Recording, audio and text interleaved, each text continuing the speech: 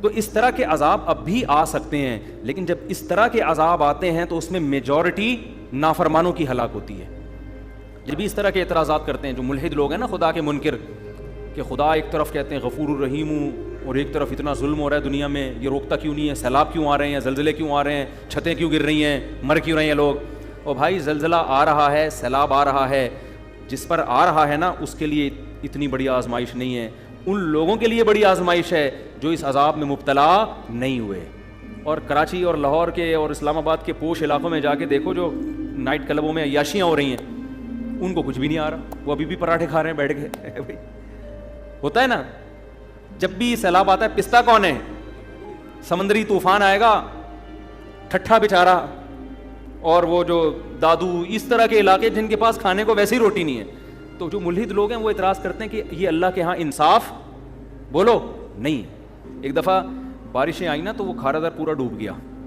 اچھا، ان دنوں میں ایک مولانا صاحب بیان کر رہے تھے کہ یہ بارشیں جو اتنی آتی ہیں ہمارے بدعمالیوں کا نتیجہ ہے، بہت سے لوگ یہ بار بار یہ بات دہراتے ہیں۔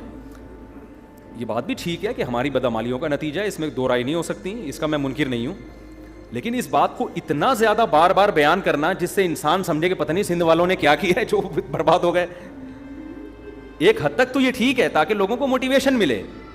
اس زمانے میں نے ایک بیان کیا تھا کہ زلزلے کیوں آتے ہیں، آڈیو بیان تھا میرا وہ، اس وقت میں ویڈیو نہیں بناتا تھا۔ اس میں یہ سمجھانے کی کوشش کی تھی کہ بھائی ضروری نہیں کہ زلزلے میں جو قوم زیادہ تباہ ہوئی ہے وہ بری ہو اور جو بچ گئے وہ اچھے ہوں، عین ممکن ہے جو بچے ہوں وہ کمبخت ہوں اور جو مرے ہوں وہ تہجد پڑھتے ہوئے دنیا سے گئے ہوں، کیونکہ اللہ تعالیٰ نے دنیا کو دار الاسباب بنایا ہے۔ یہاں جب بھی کوئی عذاب آتا ہے نا، جب بھی کوئی عذاب آتا ہے تو وہ اسباب کے تحت آتا ہے۔ تو اس بحث میں پڑے بغیر کہ کون تباہ ہو رہا ہے کون بچ رہا ہے، ہمیں شریعت نے حکم یہ دیا ہے کہ ہم پہلے سے اس کا انتظام کریں کہ کوئی قدرتی آفت آئی تو اس سے کون سا علاقہ زیادہ متاثر ہوگا۔ ہمیں شریعت نے حکم دیا ہے اسباب اختیار کرنے کا۔ کھارادر والوں سے میں کہتا ہوں جب تمہیں پتا ہے کہ جب بھی کراچی میں بارش زیادہ آتی ہے کھارادر نیچے ہے تو ڈوبے گا نا وہ، تم چاہے تبلیغ میں چلے لگاؤ، تم 4 مہینے لگاؤ، پانی تمہارے یہاں ہی پہلے آئے گا۔ پانی کو اللہ نے یہ سمجھایا ہوا ہے کہ جہاں جگہ ملے نیچے کو کھسک جانا، یہ نہیں دیکھنا کہ وہ نماز پڑھ رہا ہے کہ گٹکا کھا رہا ہے بیٹھ کے۔ یہ تو ہمیشہ سے ہوتا آ رہا ہے۔ دیکھو عذابوں کی 2 قسمیں ہیں، خوب سمجھ لیں، یہ ٹاپک چلی پڑا ہے تو میں جلدی سے کمپلیٹ کر لوں۔ ایک عذاب وہ ہوتا ہے جس کے عذاب ہونے میں 2 رائے ہو نہیں سکتی ہیں، اس کو قدرتی آفت قرار دیا نہیں جا سکتا۔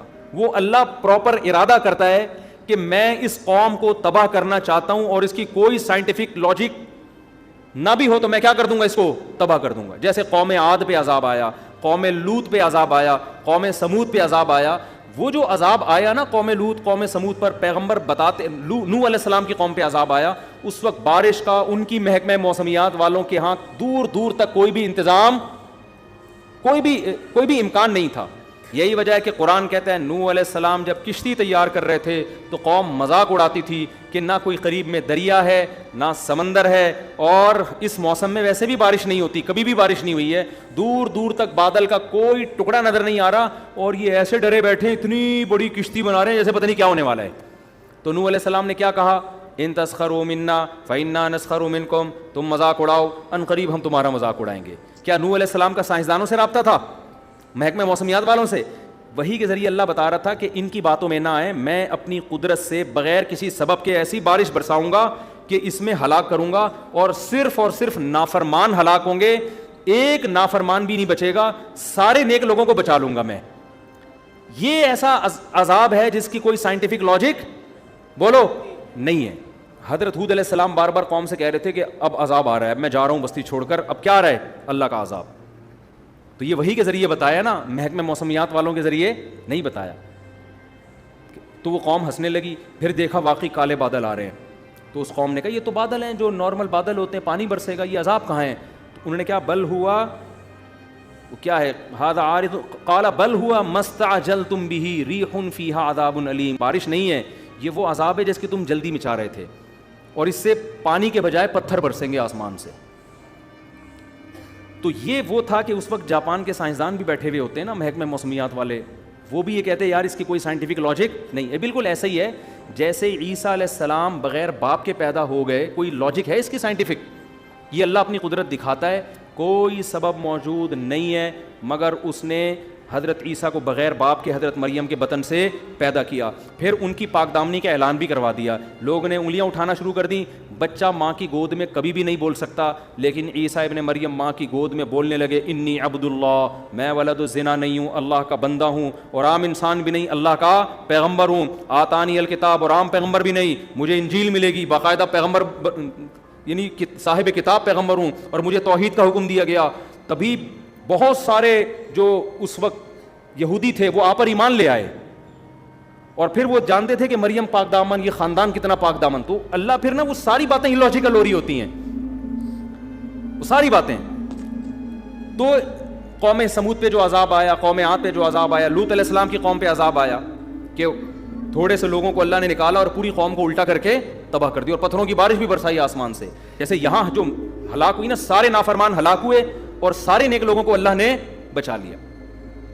کچھ عذاب ایسے ہوتے ہیں جن کے بارے میں ہمارے لیے یہ دعویٰ کرنا کہ یہ واقعی عذاب ہے یا آزمائش ہے, یہ ہمارے لیے ممکن نہیں ہے. سمجھ میں آ رہی ہے بات؟ یہ وہ عذاب ہیں جن کی کوئی نہ کوئی لاجک ہوتی ہے, جو دنیا میں ہمیشہ سے آ رہے ہیں. حضرت عمر رضی اللہ تعالیٰ عنہ کے دور میں قحط پڑا ہے, شدید ترین قحط پڑ گیا. اتنا زبردست قحط پڑا کہ حضرت عمر نے چور کی سزا ہی ختم کر دی. سمجھ میں آ رہی ہے بات؟ کہ بھائی اگر ہم چور کا ہاتھ کاٹیں تو بھوک سے لوگ مر رہے ہیں, چوری نہیں کریں گے تو کیا کریں گے وہ؟ حالانکہ ہاتھ کاٹنے کا حکم کس نے دیا ہے؟ قرآن نے. کیا حضرت عمر قرآن کی آیت کا انکار کر سکتے ہیں؟ لیکن انہوں نے کہا نہیں بھائی اب یہ سزا جاری نہیں ہو سکتی, بھوک سے مر رہے ہیں. اس دور میں اگر کوئی یہ کہے کہ یار یہ جو قحط پڑا ہے یہ لوگوں کے گناہوں کا عذاب ہو, بھائی تاریخ میں اس جیسی عادلانہ حکومت اور اس جیسے پرہیزگار لوگ دنیا میں وجود میں اب تک نہ اس سے پہلے نہ اس کے بعد کبھی وجود میں آئے ہیں. لیکن پھر بھی قحط پڑا ہے کہ نہیں پڑا؟ اس دور میں کوئی کہہ دیتا یہ خدا کا عذاب ہے نافرمانی پر, تو یہ عذاب نہیں ہے, یہ کیا ہے؟ یہ آزمائش ہے.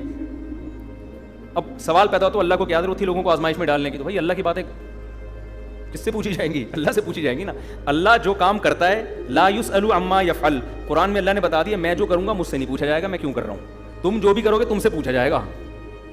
اب اللہ نے سیلاب بھیج دیا نا, یہ اللہ نے بھیجا ہے, اللہ سے نہیں پوچھا جائے گا اللہ کیوں بھیجا, پوچھا ہم سے جائے گا. تو اللہ نے تو جو کرنا ہے وہ کرے گا, پوچھا ہم سے جائے گا کہ تمہاری جو اس موقع پہ ذمہ داری تھی وہ تم نے پوری کی ہے یا نہیں کی. تو میں دوسری قسم جلدی اس کو ڈیفائن کر دوں تو یہ قسم وہ ہوتی ہے جو نیچرل ہے, جو دنیا میں ہمیشہ سے ہو رہی ہے, چاہے عادلانہ حکومت ہو یا ظالمانہ حکومت ہو. قحط بھی دنیا میں آتے ہیں, نارمل ہے, بارشیں بھی رک جاتی ہیں, زلزلے بھی آتے ہیں. اب جاپان میں جو صبح شام زلزلے آ رہے ہیں اس کا یہ مطلب نہیں ہے کہ جاپانیوں نے کوئی الگ سے ظلم دنیا میں کیا ہوا ہے, وہ تو پٹے ہیں بیچارے اس سے, ہیروشیما اور ناگاساکی کے بم کے مارے ہوئے لوگ ہیں. تو آنا تو ان پہ چاہیے تھا زلزلے, جو امریکہ پہ آنا چاہیے تھا نا, جنہوں نے ہیروشیما کو اور ناگاساکی کو تباہ کیا. کس پہ رہے؟ اب وہ قیامت کے دن اللہ سے کہیں اللہ ٹھیک ہے ہم کافر تھے, ہم چینگ پونگ کرتے تھے, لیکن ہم تو آدھی سزا تو ہمیں دنیا میں مل گئی تھی ہیروشیما اور ناگاساکی پہ, تو پھر بھی عذاب آ رہے ہیں. تو ہم کیا کہیں گے بھائی جو پہاڑی علاقہ ہے اس میں زلزلے زیادہ آتے ہیں. سوات مردان میں زلزلے زیادہ آتے ہیں, کراچی میں کم آتے ہیں. بدماشیاں کراچی میں زیادہ ہیں, سوات مردان میں کیا ہیں کم ہے. لاہور میں تو ماشاء اللہ کوئی لاہوری بیٹھے ہو تو پیش کی معذرت, سب سے کم زلزلے کہاں آتے ہیں؟ میرے خیال ہے لاہور میں آتے ہیں.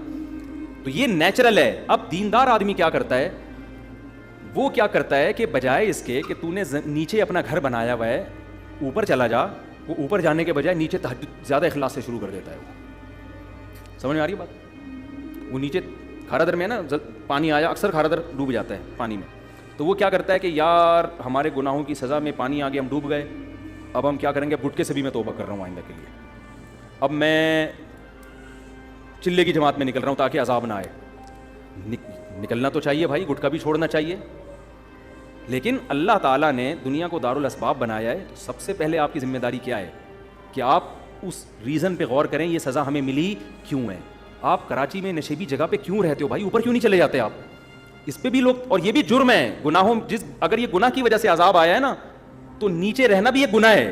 کہ جب آپ کو پتہ ہے کہ ملک میں ڈیم ہے نہیں, جن کے پاس وسائل ہیں, جن کے پاس وسائل نہیں ہیں وہ تو بیچارے مجبور ہیں نا, جن کے پاس وسائل ہیں میں ان کی بات کر رہا ہوں. جب آپ کو پتہ ہے کہ نیچے ہمارے ملک میں ڈیم نہیں ہے اور تباہی آتی ہے تو آپ کو خود بھی تو خیال کرنا چاہیے نا. اب آپ جاپان میں جا کے مضبوط عمارت بناؤ اور زلزلہ پروف نہ ہو, تو آپ وہاں روزانہ سہ روزے کا اجتماع رکھو گے, فضائل اعمال کی تعلیم ہوگی نا. جو کافر شراب پی رہے ہیں نا نائٹ کلب میں, وہ بچ جائے گا زلزلے میں, آپ کیا ہو جاؤ گے, انا للہ ہو جائے گا آپ کا. تو اس میں اللہ کا قصور نہیں ہے, اس میں قصور کس کا ہوگا, آپ کا, کہ جب آپ کو پتہ ہے کہ اس جگہ زلزلے زیادہ آتے ہیں آپ نے زلزلوں سے بچنے کی کوشش کیوں نہیں کی.